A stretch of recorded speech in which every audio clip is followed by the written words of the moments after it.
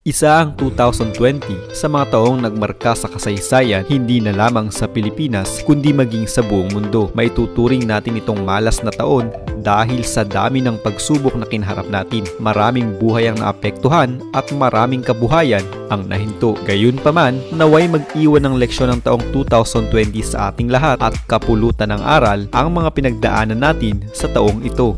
Sa darating na taon, naway mag-iba ang lahat at maging normal na ang buhay. Ngunit bago pa man dumating ang panibagong taon, alamin natin ang mga halamang magbibigay ng swerte sa ating lahat. Sama-sama nating hanapin ang mga ito at umpisahang itanim sa ating mga tahanan. Kaya't halika na, samahan niyo akong galugarin ang buong mundo upang hanapin ang mga pinakapampaswerteng mga halaman sa taong 2021. Nais mo na ganitong mga kwentong kaalaman? Mag-subscribe ka naman sa aking channel. Kalimbangin mo na rin ang kampana para maging updated ka sa mga latest videos ko. Una sa ating listahan, palm plant. Hindi mawawala sa ating listahan ang palm plant o mas kilala sa atin sa tawag na palmera. Isa ito sa pinakatipikal na halaman na ating makikita sa ating mga bakuran. Magandang i-display sa loob man o labas ng bahay na nagbibigay ng preskong paningin sa ating mga mata. Ngunit bukod pala sa maganda itong tignan ay naghahatid din ito ng swerte sa may-ari ng bahay. Mas maganda kung ipupwesto ito sa bukana ng ating mga bahay. Maaring sa tabi ng pintuan at kahit sa gate kung saan dinadaanan ito ng mga taong papasok sa ating mga tahanan. May hatid kasi itong swerte sa may-ari ng bahay at sa mga magiging bisita nito na papasok sa loob ng bahay. Isa pang malaking tulong ng halamang ito ay kaya niyang salain ang mga mapanganib na alikabok sa ating mga carpet. Pangalawa sa ating listahan, Pachira Money Tree. Marami sa atin ang naniniwalang may dalang swerte ang halamang ito dahil sa pangalan pa lamang na money tree. Madalas na makikita ang halamang ito sa Central at South America, ngunit napakarami na rin dito sa Pilipinas. Ayon sa mga kwento, noong araw daw, may isang kapuspalad na lalaki sa Taiwan na nanalangin ng kasaganaan sa buhay at ang halamang ito ang naging sagot sa kanyang mga panalangin. May pagka-practical nga lang ang kanyang naging paraan para magkapera. Inalagaan niya kasi ang mga halamang ito at ibinenta hanggang sa siya ay yumaman. Ayon naman sa Feng Shui, maaaring maka-attract ng swerte at kasaganahan ang halamang ito. Ngunit mas magiging epektibo kung ititirintas mo ang mula 3 hanggang 5 tangkay nito at hanggat maaari, kailangang 5 fingers lamang ang mga dahon nito. Medyo komplikado pero wala namang masama kung susubukan. Pasok sa pangatlo sa ating listahan, money plant. Hindi po ito katulad ng money tree na una ko nang binanggit. Makikita ang diferensya sa anyo pa lamang nito. Ang money plant kasi ay tila baging na gumagapang pataas man o pababa. Maaari itong itanim sa lupa at kahit sa tubig lamang ay kaya nitong mabuhay. May mga dahon ito na tila pabilog na nakakalat at ayon sa Feng Shui ay nagbibigay ito ng swerte sa loob ng bahay. Pang-apat sa ating listahan, Lucky Bamboo. Karamihan sa mga Asian countries ay naniniwalang sumisimbolo ng kasaganahan ang Lucky Bamboo. Sa bansang China, tinatawag itong Fu Guizhu na may 3 simbolo. Ang una ay ang Fu na ang ibig sabihin ay swerte at kasaganahan. Ang pangalawa naman ay Gui na nangangahulugan ng lakas at karangalan. At ang pangatlong simbolo nito ay Zhu na kapag isinalin sa salitang Ingles ay bamboo o kawayan sa salitang Filipino. Ang halamang ito na madalas makikita sa gitna ng ating mga lamesa ay hindi kailangan ng lupa. Ilagay lamang sa vase na nais mo at lagyan ng sapat na tubig ay kaya na nitong mabuhay. Ayon sa mga Chino, nagbibigay ang halamang ito ng pagkakaisa ng 5 elemento ng Feng Shui. Ang fire, earth, wood, water at metal na nagpapanatili ng positibong enerhiya sa buhay. ang itsura ng halamang ito ay maaaring maka-attract ng peace, love, fortune, health at luck. Mas makabubuti kung ipupwesto ito sa gawing silangan ng bahay para sumentro sa pamilya ang hatid na swerte nito.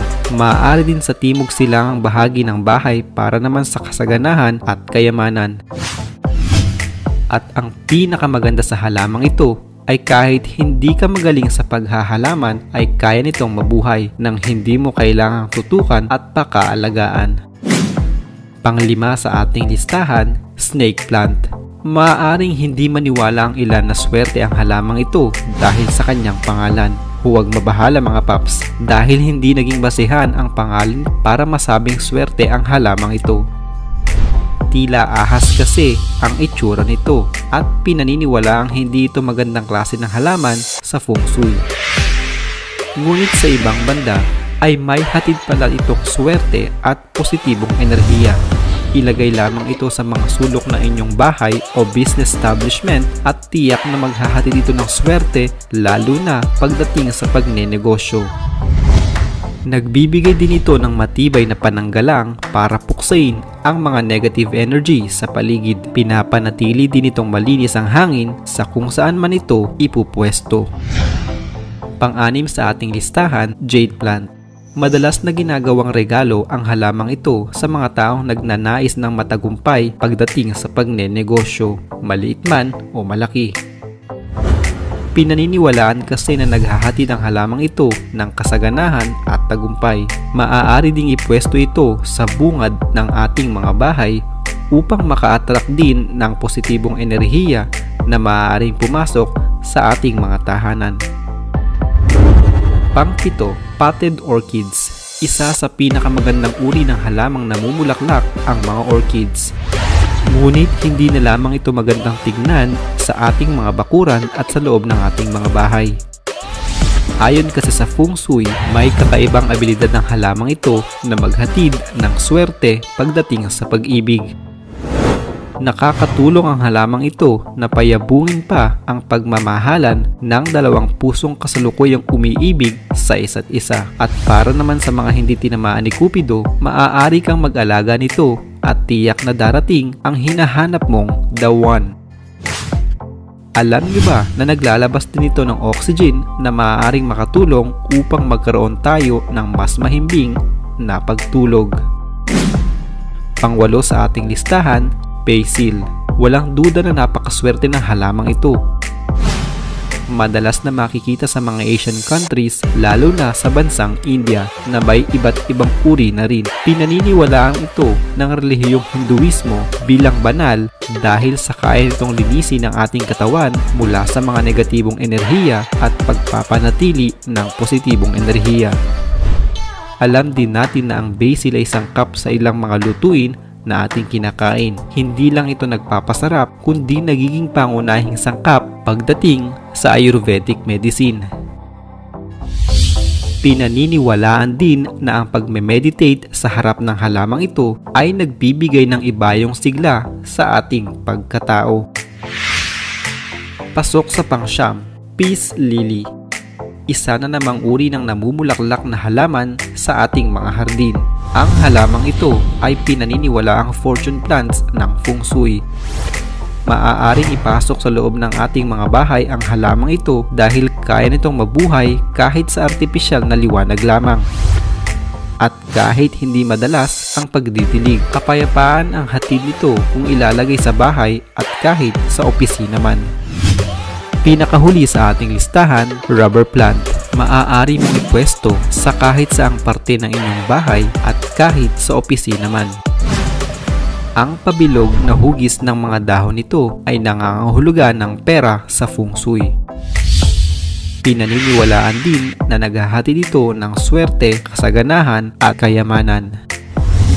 Maiksing paalala lamang po, maaari naman tayong mag-alaga ng kahit anong halamang naisin natin. Huwag pong ibase sa swerteng taglay ng halaman ang magiging kinabukasan mo. Gawin lamang po silang mga gabay at inspirasyon upang magsumikap sa buhay. Manalig lamang sa Panginoon, huwag manglamang at samahan na din ang sipag at tiyaga kung nais mo ng mas magandang kapalaran.